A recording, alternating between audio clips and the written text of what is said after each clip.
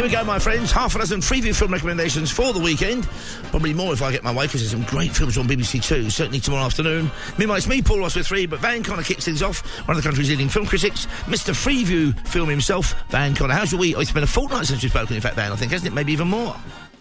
It has indeed, Mr. Ross. You know what? It's been a hell of a fortnight. We had a new Alien movie while you were away, and I felt bad I didn't get to talk to you about it. I know you, of all people, would have loved, a callback to the 70s heyday of Ridley Scott's sci-fi action, I'm sure.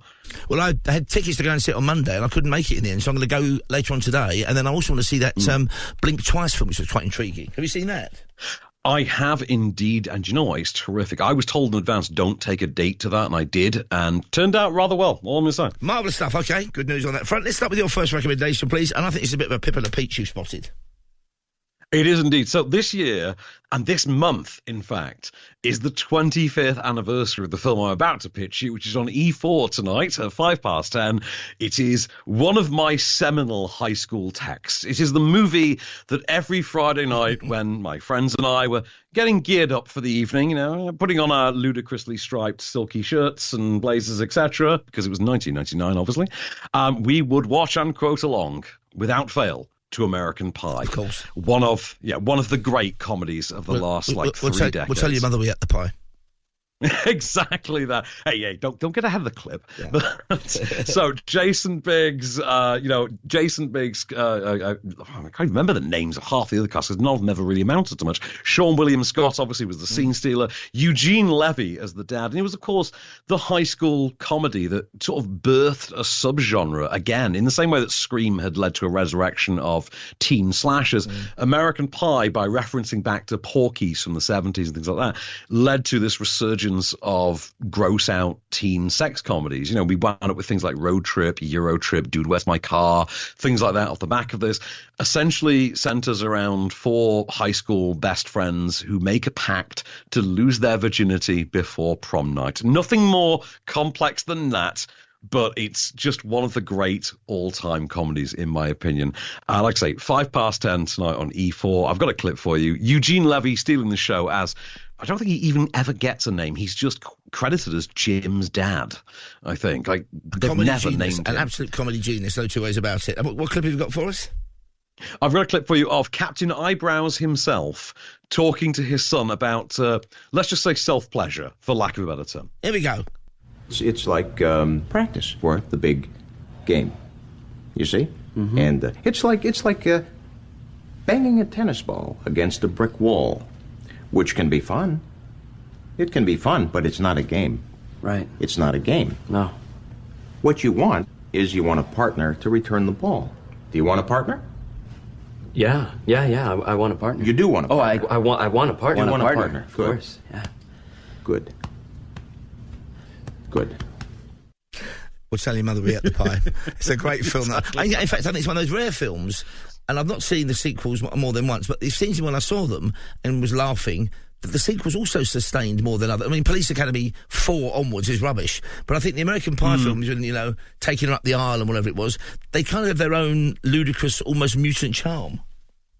They do. I've still got good odds. Like, I'm still betting money that we get an announcement, because it's 25th, this year. I've got money on them announcing a legacy sequel this year, because it's been 12 years since American Reunion. So I'm willing to bet we get like American Funeral or something announced this year. And that will happen, and they will bring that cast back, because there is a demand for it. They're just beloved and iconic, like, set of actors. And it's just such a legendary set of films. It has not aged well, I grant you, but, it's still hilarious. Well, the film that has aged well, after being a bit, not a flop, but not a huge success on its release, is the almost iconic Italian Job, which I'm delighted to say you can catch 5 minutes to 7 tonight at 6:55pm on Film 4. Not a lot I can say about it. You've got Michael Caine's newly released Convict, who does a fantastic, almost comedy routine when he goes and retrieves ill-gotten gains from his last job. He's hidden under the bonnet of an E-Type Jag or something, and says he's been out shooting tigers in India. He must have shot a tiger, so yes, I used a machine gun. Very dry lines like that. You've got Noel Coward as the big man himself in prison, the criminal mastermind. And you've got Camp Freddy, who's one of my favourite characters in any film because he's camp. And Camp Freddy, you all know they say. Benny Hill's in this film. Fred Emley's in this film. He played a famous fat, drunken Englishman for the whole of his career. And it's about basically English criminals getting hold of some money from the Fiat factory, but using minis in Turin during Juventus game. So there's a football link to it as well. And it's quite simply... It's at the very end of the swinging 60s, and it certainly swings, including the scene when, unacceptable these days, Charlie Croker's girlfriend arranges a bevy of beauties, as they call them, any miniskirts, to give him a good time on the day he comes out of prison. Almost worth going to prison without, I say, but you wouldn't... the remake was unnecessary. This is a great, great film.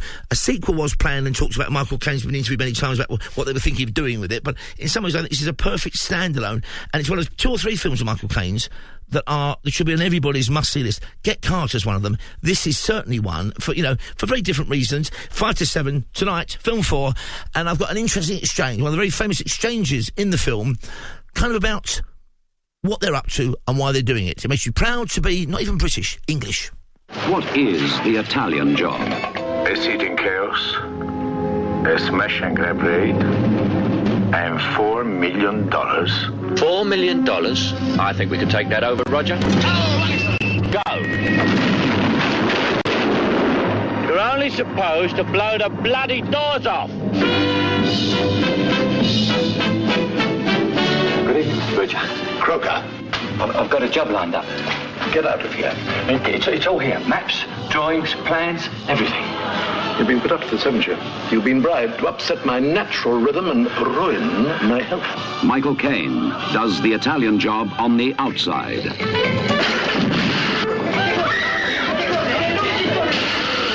Now, go round. Get in front of me.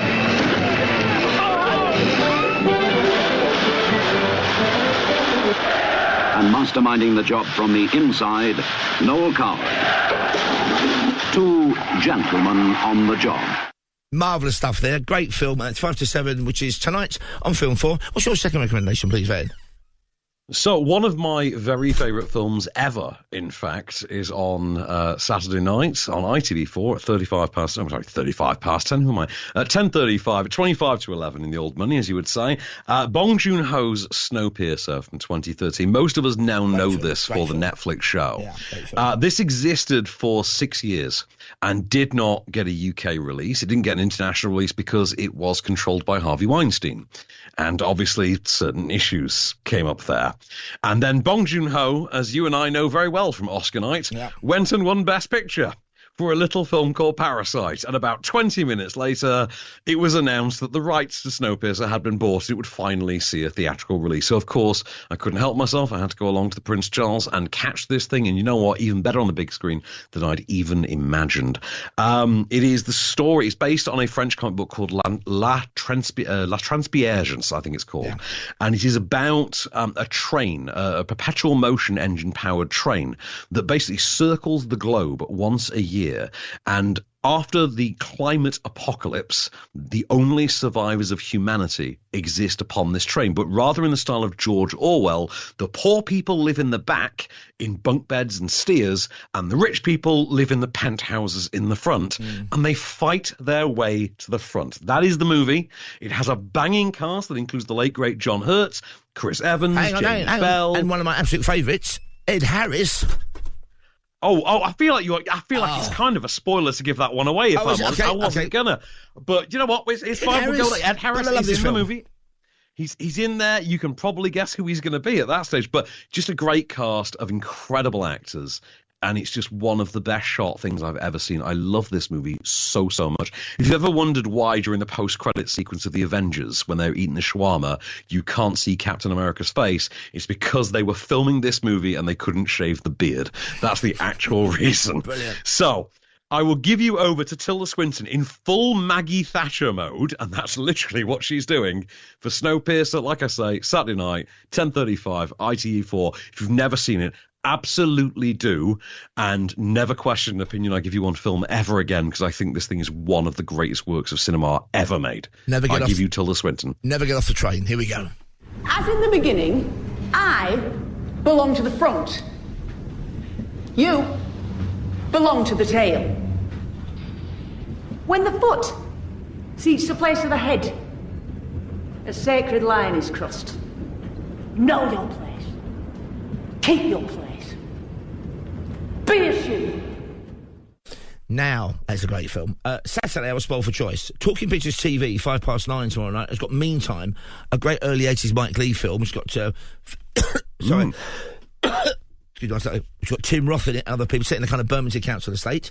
BBC 2 at 1 o'clock, I've got one of my favourite early Hollywood Hitchcocks, Spellbound. Gregory Pecker's an amnesiac. Salvador Dali designed the dream sequences. That's at 1 o'clock. But then I'm seeing the film we have, I think it's contractual. We have to mention, as a recommendation, although everybody of a right mind has seen it, 2:45, 2:45, Casablanca from 1942. It won the Oscar for Best Picture.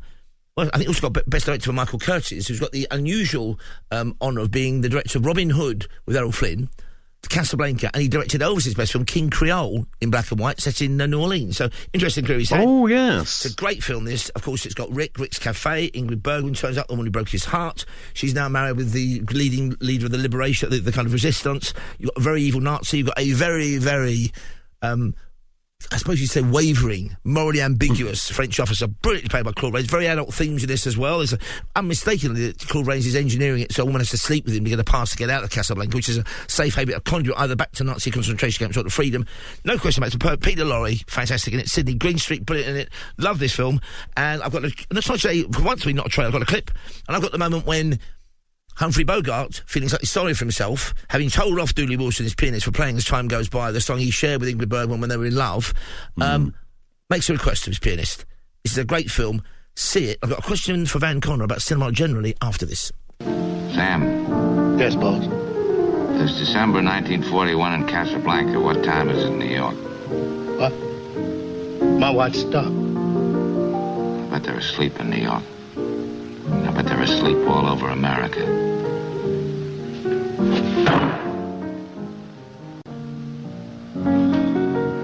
Of all the gin joints in all the towns in all the world, she walks into mine.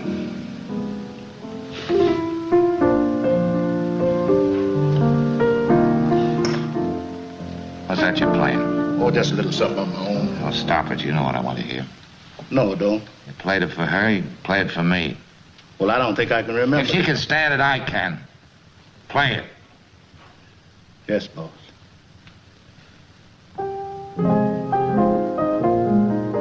I have seen a very funny meme in which Dooley Wilson goes into a variety of songs, including WAP and also Chaz and Dave Rabbits. I know, but it doesn't impose. My question very quickly is this, okay?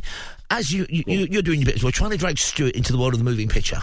He is to cinema what Woodrot is to Pinocchio.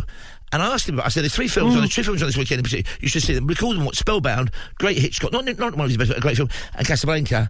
His question was, are they in black and white? Yes, I don't watch black and white films. He's never seen a black and white film all the way through. I can barely bring myself to... I said, I know.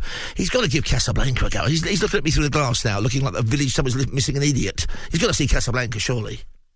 Look, if someone could edit proton packs into Casablanca, producer Stuart would watch this in a heartbeat. So, I mean, that my honest recommendation is we need to somehow insert Ghostbusters imagery into Casablanca. It's the only way it's going to happen because, I mean, it's a shame. Casablanca is an absolute banger. There's a reason that this has never been remade. Like, it's never been. Like, what? You know, in 80 years, they have never remade Casablanca. That should tell you how good Casablanca is.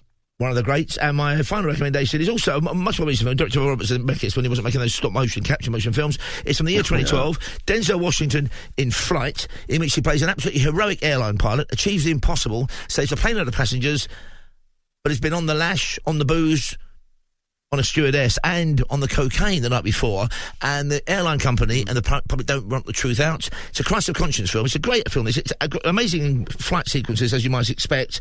I love this movie. It's a cracking film. It's on Channel 4, 11:30pm, Sunday night. Clock is ticking, so I'll cut straight to my clip from the film Flight. I urge you, this Denzel Washington. In this, he plays a very, very flawed individual, and he's brilliant. Good morning, Trina. Good morning, Captain Whitaker. Here's a manifest with 102 souls on board. Let's get them tucked in. We're ready to push.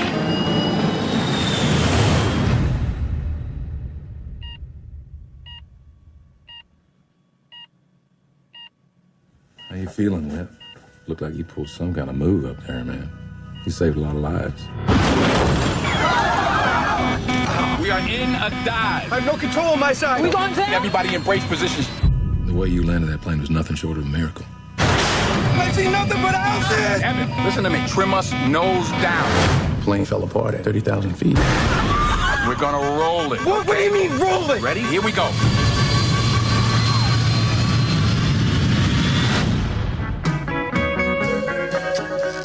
I'm on the list, baby girl. There is all kinds of crazy news people out here. You're a rock star, man. You will never pay for another drink as long as you live. Captain Whitaker is a real American hero. He is an American hero, and he's a deeply flawed hero, and it's a great film, I think. So that's my final recommendation. Flight from the year 2012, 11:30pm, Channel 4 Sunday night. What are you going to send us to bed with on Sunday, Van? Another one that we have spoken about on Oscar nights in previous years. This was back 6 years ago in 2018. We talked about a year later when it got some Oscar loving, and this is Spike Lee's Black Klansman, which is on Sunday night, 10 o'clock on BBC Two, based on the insane, Stranger Than Fiction true story. This is the story set in the 1970s. Real events. Like, this sounds absolutely bonkers, but it actually happened. And it was the story of a black police detective who infiltrated the KKK. Well, to be fair, they do all wear masks. It's not as difficult as it sounds, is it? You'd think it'd be easier. Of course, he's played by John David Washington, of course, son of Denzel, in really his first big sort of film role. He was known for the Dwayne Johnson series Ballers on HBO at that point, but this is his first big movie role, and it did evidently turn out to be a star-making turn. He got Tenet with Christopher Nolan and the Amsterdam by David O. Russell after this, but this was his first big role. Puts him opposite Adam Driver as his white police partner, who he sends in to do the physical stuff for him. His partner has to go in and do the actual stuff in person for him, whilst he does all of the stuff over the phone and by letter and by text. It's frankly brilliant.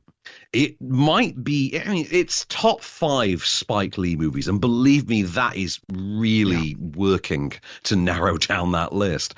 Just a really funny, just really brutal movie, but it also has relevance that works very much to the present day. The movie, in its ending, addresses that almost literally, and it doesn't ever divert from the inherent absurd comedy of the central thrust of the plot, does it? It's a very funny film as well, this. It's hilarious. It's absolutely brilliant. It's got Laura Harrier in there, who I think had just come off the first Tom Holland Spider-Man movie as a sort of love interest. There's a great moment in which they talk about Superfly versus Shaft, which is a conversation I've always wanted to hear in a movie. But you know what? More than anything, it's a Spike Lee movie. So it's got swag, it's got swagger, it's got style, it's got a banging soundtrack, and more importantly, it's got, John David Washington in the lead giving that performance. So 10 o'clock, Sunday night, BBC Two. I'll give you a clip. This is Black Klansman. Well, I'm not risking my life to prevent some rednecks from lighting a couple sticks on fire. This is the job. What's your problem? That's my problem. For you, it's a crusade. For me, it's a job. It's not personal, nor should it be. Why haven't you bought into this? Why should I? Because you're Jewish, brother. The so-called chosen people. You've been passing for a WASP. White Anglo-Saxon Protestant, cherry pie hot dog white boy. That's what some light-skinned black folks do. They pass for white. Doesn't that hatred you've been hearing the Klan say, doesn't that piss you off? Of course it does. Then why are you acting like you ain't got skin in the game, brother? Rookie, that's my business. It's our business. A very great understated performance then from Adam Driver. Okay, and he's off screen back with us this morning, Ben? It is indeed. We took a week. Well, you took a week off last week, so I thought, why should we not do the same? It wasn't a national holiday, though. I mean, the King hadn't declared a national holiday yet. Whenever I take a week off. When you take time off, it should be a national holiday. Well, so we didn't get to review Alien Romulus. So of course we have to be back today because I need to talk at length about Alien Romulus every chance I get. Also, there's a really good Channing Tatum movie out, to be honest. So you can find it off screen on podcast platforms as usual from 8 a.m. And I thoroughly recommend you do. We had a good time with this one. Catch Van Conner with me each and every Friday with his Freeview film recommendations for the weekend. But for the time being, that's a wrap. Cheers, Van.